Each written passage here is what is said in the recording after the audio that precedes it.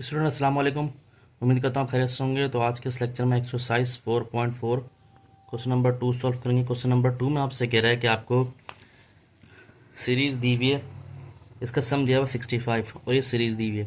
तो आपको इसके नंबर ऑफ टर्म्स मालूम करनी है। ठीक है, इसको हम देख लेते हैं कि 65 कहाँ तक एंड हो रही है, तो कितने नंबर ऑफ टर्म्स हैं। ठीक है, तो डियर स्टूडेंट, जैसा कि आपके मैं क्वेश्चन नोटबुक को सॉल्व कराता हूँ, तो ये हम देख लेते हैं भाई। ठीक है, तो स्टूडेंट सबसे पहले आपको सीरीज़ का फॉर्मूला पता है, वो है S N is equal to N upon two A plus N minus one into D. ये सीरीज़ का फॉर्मूला है।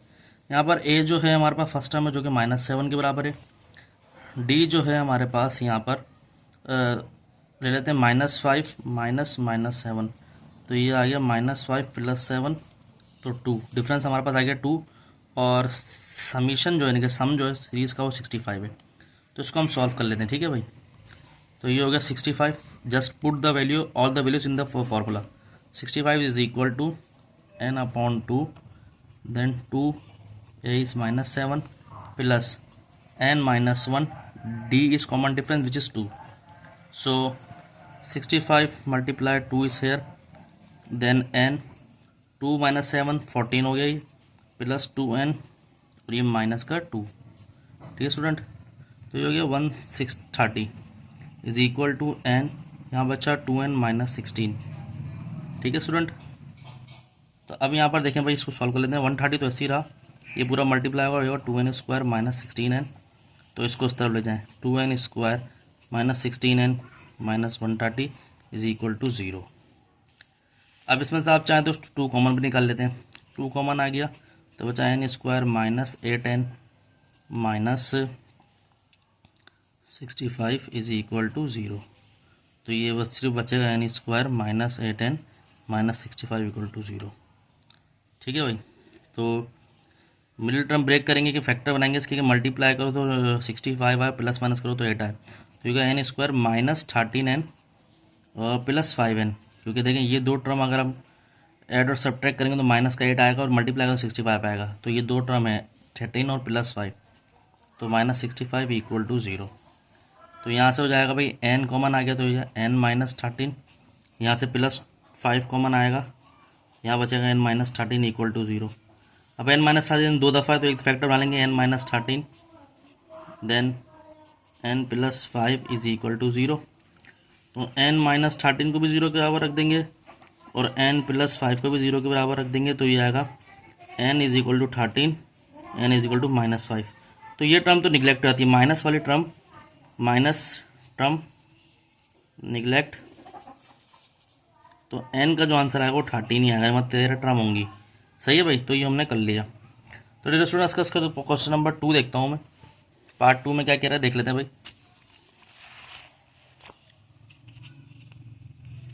तो पार्ट 2 में हमसे कह रहा है भाई -7 plus -4 plus -1 and so on if sum कह रहा है 114। तो उसको देख लेते हैं भाई। तो ए हमेशा क्या आ गया -7, डिफरेंस निकालेंगे -4 माइनस -7, तो ये आ गया -4 प्लस 7 जो कि 3 के बराबर आ गया। ठीक है, डिफरेंस। ठीक है स्टूडेंट, डिफरेंस किसके बराबर? 3 के बराबर। अब क्या करते हैं भाई,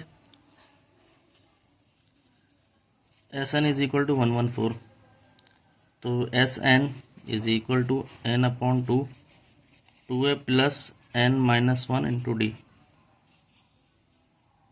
तो ये हो गया 114 is equal to n upon 2 A, तो हमेशा -7 है इसमें, फर्स्ट और 2 पार्ट में -7 है, प्लस n ऐसी रहा n माइनस 1, डी जो है हमारे पास 3 है वो ऐसी आ गया।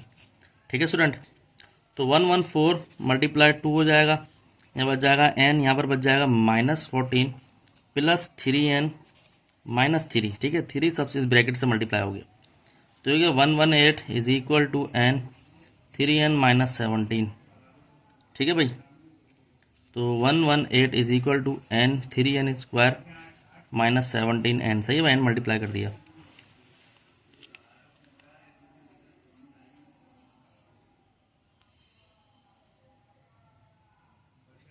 ठीक है भाई, तो ये हो गया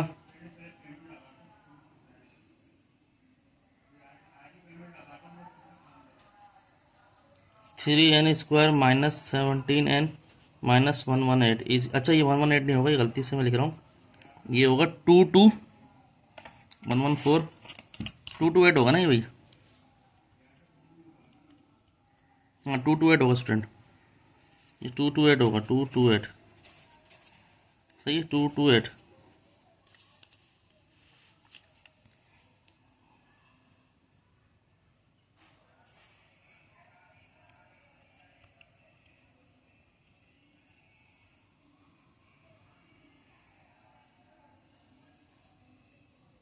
स्टूडेंट उसके बाद हम मिडिल टर्म ब्रेक करेंगे, तो ये होगा 3n², मतलब आप 3 को इससे करेंगे तो हमारे पास ये बनेगा 689, सही है, 3 मल्टीप्लाई 228 करेंगे तो 689 बनेगा। तो मल्टीप्लाई इस तरह करना है, अगर मल्टीप्लाई करें तो 689 बने और प्लस माइनस करें तो ये बने, तो हम लोग -39 मल्टीप्लाई 38 मल्टीप्लाई 19 अगर करें हम 38 मल्टीप्लाई 18 नहीं 39 मल्टीप्लाई 30, तो हमने कहा 36 माइनस का n प्लस का 99 करेंगे तो ये बनेगा -228 इज इक्वल टू 0। अब इन दोनों में से कॉमन हमारे पास 3n आ रहा है, यहाँ तो बचा n-11 प्लस इन 19 कॉमन आ रहा है, यहाँ पर बचेगा n-, अच्छा 228 को डिवाइड करेंगे अगर हम 19 से तो हमारे पास 12 आ रहा है, सॉरी यहाँ 12 आ रहा है, यहाँ पे 12 आ रहा है, इज इक्वल टू 0। तो 12 2 टाइम है, तो ये हो गया 3n plus 19 n-12 equal to 0। तो अब 3n प्लस 19 इक्वल टू 0, तो n की वैल्यू है -19/3, ठीक है। तो ये तो नेगेटिव वैल्यू हमने नेगलेक्ट कर दी, ठीक है। तो n-12 equal to 0, n is equal to 12 answer आ गया, ठीक है। तो 12 टर्म होंगी, ठीक है भाई। अब इसके आगे पार्ट में देखते हैं स्टूडेंट। तो स्टूडेंट ये हमारे पास दिया हुआ है, ए लिख रहे हैं भाई फर्स्ट टर्म जो है -9, डी हमारे पास क्या आएगा -3 प्लस -6, तो ये हो गया -3 प्लस 6, तो ये हमारे पास आ गया D3, ठीक है, डी की वैल्यू 3 आ गई। समीशन जो दिया हुआ है एस एन वो दिया हुआ है 3225, तो क्या है भाई S N is equal to n/2 2a plus n-1 d, तो ये हो गया 3225 n/2 2 ऐसी लिखा, ए की वैल्यू है -9 प्लस n-1 और डी है 3, तो ये हो गया 3225 मल्टीप्लाई 2 n, ये हो गया -18 प्लस 3n-3, ठीक है भाई। तो 3225 मल्टीप्लाई 2, तो हमारे पास आ गया ये 6450 इज इक्वल टू, यहाँ बचा n और यहाँ 3n पे लिख लिया क्योंकि n वाले टर्म है, -18 -3 -21, तो ये 6450 is equal to 3n² minus 21n। अब ये बड़ी टर्म है, इसको उठा के इधर ले जाए, तो ये होगा 3n² माइनस 21n, और ये प्लस की माइनस इधर लेगा तो इक्वल टू माइनस होगा, -6450 इक्वल टू 0। अब मैं यहाँ क्या करता हूँ 3 कॉमन लेता हूँ, 3 कॉमन ले लिया, यहाँ बचा n² माइनस 7n माइनस, अब अगर मैंने यहाँ से 3 कॉमन ले लिया 6450 से 3 कॉमन ले लिया तो यहाँ बचा 2150 इज इक्वल टू 0, तो ये हो गया n² माइनस 7n माइनस 2150 0/3, तो 0 ही होगा, ठीक है भाई, ये हो गया। अब n² minus 7n minus 2150 equal to 0।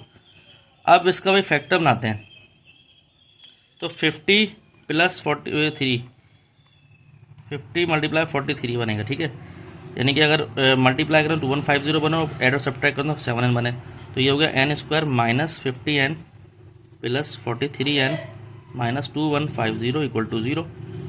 इनमें से n कॉमन आ रहा है, यहाँ से बचा n-50 प्लस 43 कॉमन आ रहा है, यहाँ से बचा n-50 इज इक्वल टू 0।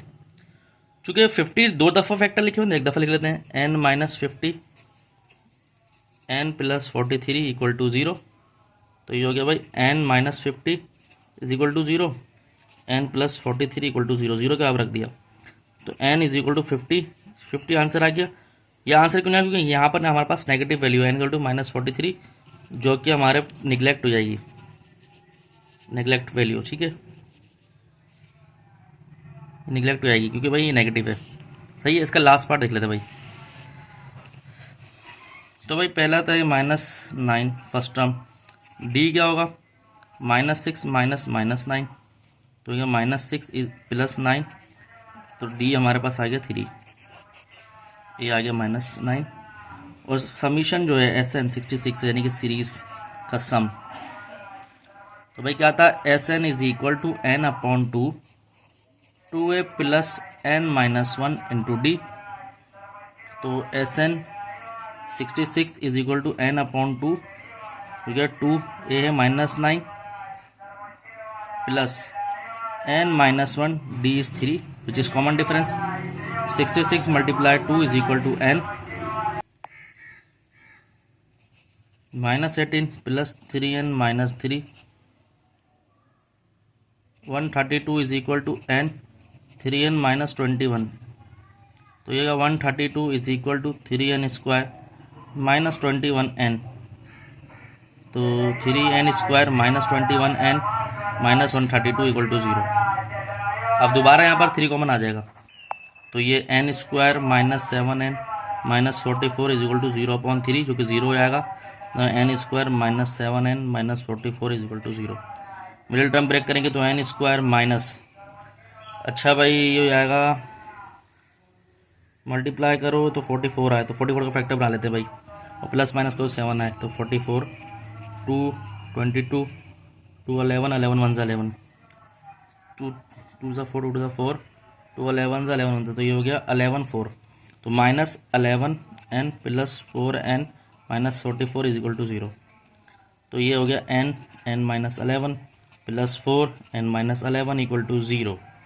दो दफ़ा फैक्टर लिखे हो तो एक दफ़ा लिखते हैं n माइनस 11 n प्लस 4 तो 0, तो n माइनस 11 को इक्वल टू 0 रखा और n प्लस 4 को इक्वल टू 0 रखा, तो हमेशा आते पॉजिटिव टर्म ही लेंगे, तो n माइनस 1 इधर आके इक्वल टू इस तरफ चले गया, प्लस हो गया, n इज इक्वल टू -4।